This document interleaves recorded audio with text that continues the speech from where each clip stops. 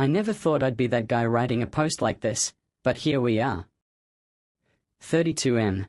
Have been married to my wife Lisa for a little over 5 years. We've been together for 9 in total. No kids, but we always talked about it someday. I thought we were solid. We had our fights, sure, who doesn't? But I genuinely believed we were on the same team. Now I realize I was playing alone. A bit about us. I work full-time in finance, long hours but good money. She runs her own small photography business, weddings, portraits, the occasional brand shoot. It meant she had a lot of freedom in her schedule, which I thought was great, until I learned how she was using that freedom. My best friend Tom, 33M, has been part of my life since we were teenagers.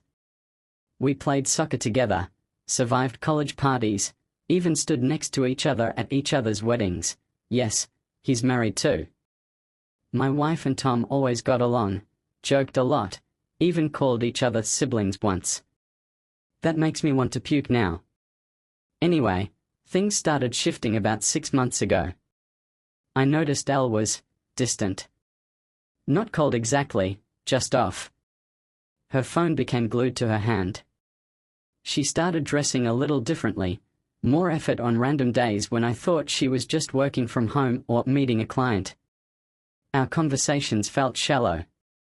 She'd go out for walks and take Uber rides to locations she didn't want to park at.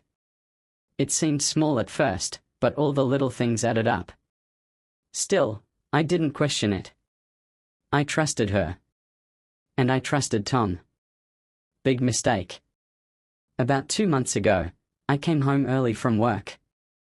Not suspiciously early, just had a half day and figured I'd surprise Elle with lunch. I picked up her favorite Thai food on the way, feeling like maybe we could reconnect after a few weird weeks. When I got home, the house was empty. That wasn't weird. She told me earlier she had a client shoot across town. I texted her. Home early. Got you Thai? Smiley face. No response. I waited. And then, a notification popped up on our iPad, which we still had synced to her iCloud. Something she forgot years ago. It was an Uber receipt. Drop-off location? A street I recognized. It was near Tom's office. Okay, weird. I assumed maybe she was borrowing his lighting equipment or something. But then I saw the pickup location, our house. And the timestamp? Literally 10 minutes before I walked through the front door. I stared at it for a full minute before a horrible thought crept in. I opened the Find My app on the iPad. Yes, we'd shared locations for emergencies. Hers was still active. She was 2 blocks from our house, parked at the back of an empty strip mall parking lot. In an Uber. I drove over. Slowly. No idea what I expected. Maybe she was running errands? Maybe I was being paranoid? But then I saw the car. Parked toward the back, windows fogged slightly. And just enough movement inside to tell me what I didn't want to believe. I got out of my car and walked over. My heart was pounding so loud I could barely hear myself think. When I reached the passenger side window and looked in, time stopped. There they were. My wife. And Tom. Kissing. Her hand on his thigh. His hand very much somewhere it shouldn't have been. They didn't see me at first. I knocked. She screamed. Tom stared at me like I was a ghost. And I just stood there. I didn't yell. I didn't punch him. I didn't say a word. I just turned around, got back in my car, and drove home. I didn't sleep that night. I didn't even cry. I just sat in the kitchen, staring at the door. Thai food still sitting cold on the counter like some sick joke. Around midnight, I heard her key turn in the lock. She walked in like nothing happened. I didn't say a word. She jumped when she saw me. "Oh my God, you scared me," she said, setting her purse down. Why are you sitting in the dark? I just stared at her. Then I asked, calmly, how long has it been going on? She froze. Her lips parted. Her eyes did that rapid blinking thing she always did when she was about to lie. What are you talking about? She said, laughing nervously. Don't, I said. Don't insult me by pretending you weren't in a car with Tom today. I saw you.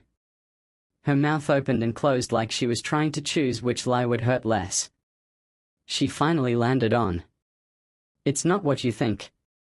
We were just talking. In the back seat? I asked. With your hands all over each other? She lost it then, not crying. Screaming. You're always watching me. You don't trust me. You're paranoid. Tom and I are just friends. Friends. She kept yelling, trying to turn it into an argument about my behavior. That I worked too much. That I didn't understand her creativity. That Tom listened to her. She even said, you should be mad at yourself for not seeing I wasn't happy. I laughed, not because it was funny. Because it was so absurd. I told her to pack a bag and go stay somewhere else. Anywhere else. I didn't want to see her. Not tonight. Not after that. She tried to stall. Tried to beg. Switched from anger to crocodile tears in under 30 seconds. But I was done. She left, slamming the door so hard the photo frames rattled. The next day, I got a text from Tom. Just one line. Can we talk? I owe you that. I ignored it. An hour later, he showed up at my house anyway, the same damn house where we'd watched football, barbecued, where he'd handed me a beer and called me brother. Now he stood there looking like a kicked dog. I didn't invite him in. You've got 2 minutes, I said. He looked pale. Sweaty. Not the smug guy I saw in that Uber yesterday. I didn't mean for it to happen, he started. Classic. He said they'd reconnected a few months ago when Al needed help moving some heavy gear for a shoot. He offered to help. She offered coffee. Then drinks. Then, well, we know how it goes. We were drunk, he said. I asked him, so how many times did you get drunk in that car? He flinched. It wasn't like that. I asked, are you in love with her? He didn't answer. Which was an answer. He started apologizing again, saying he didn't want to lose our friendship. That he made a mistake. That he'd end it. I stopped him right there. You already ended it, I said. You ended everything. He tried to reach out, but I shut the door in his face. And I locked it. After I shut the door on Tom, everything went silent. Like that eerie calm before a storm you know is coming. But the storm hit the next morning. Elle showed up, pounding on the door, yelling through it like a soap opera villain. She wanted to talk things through, suddenly needed closure, and was now apparently deeply sorry. I told her I'd be filing for divorce. She went ballistic. Crying, then screaming, then accusing me of overreacting. You're really going to throw away our entire marriage over one mistake, she shrieked. I just stared at her. One mistake? It was months. In my best friend's arms.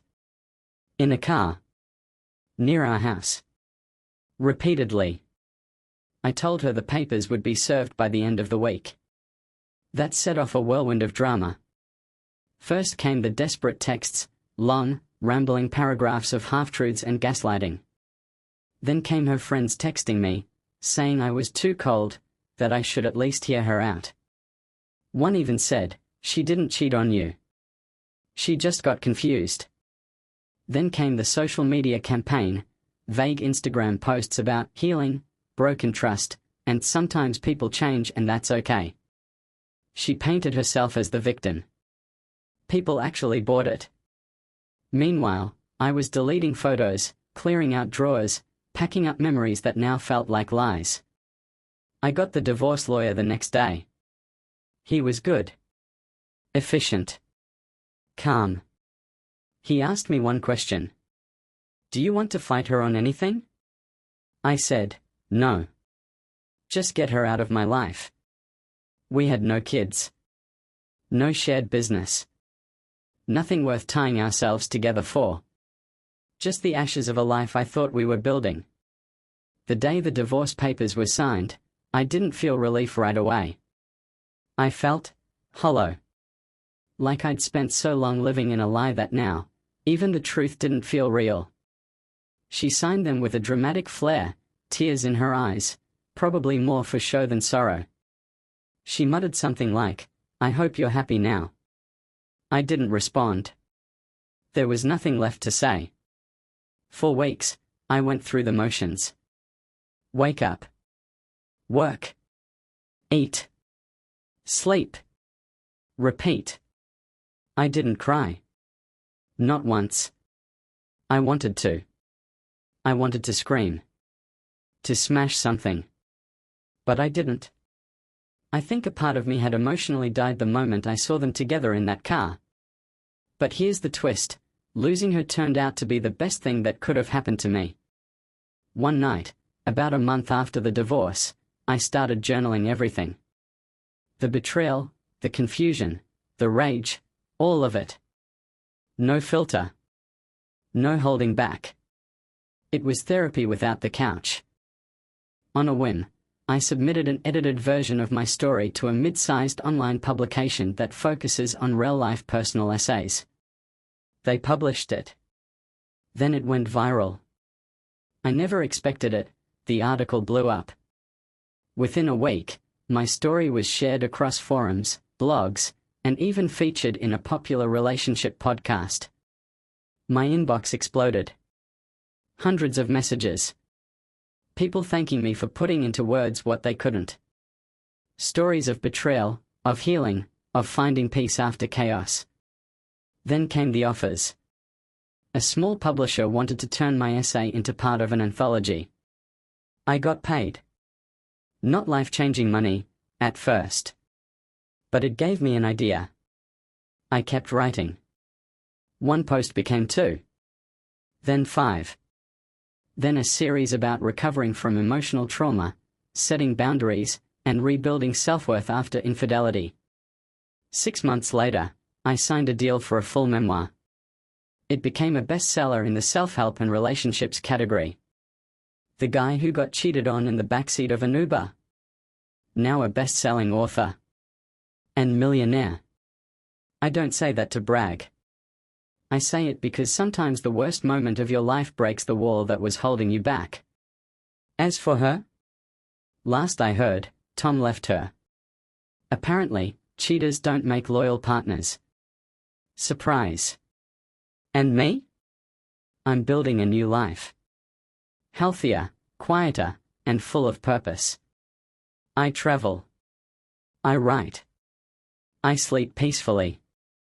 If you're reading this and you've been betrayed, I'm sorry. It hurts. Deeply. But hear this, you will come out stronger. Not overnight. Not without pain. But you will. Because sometimes, being broken is how the light gets in.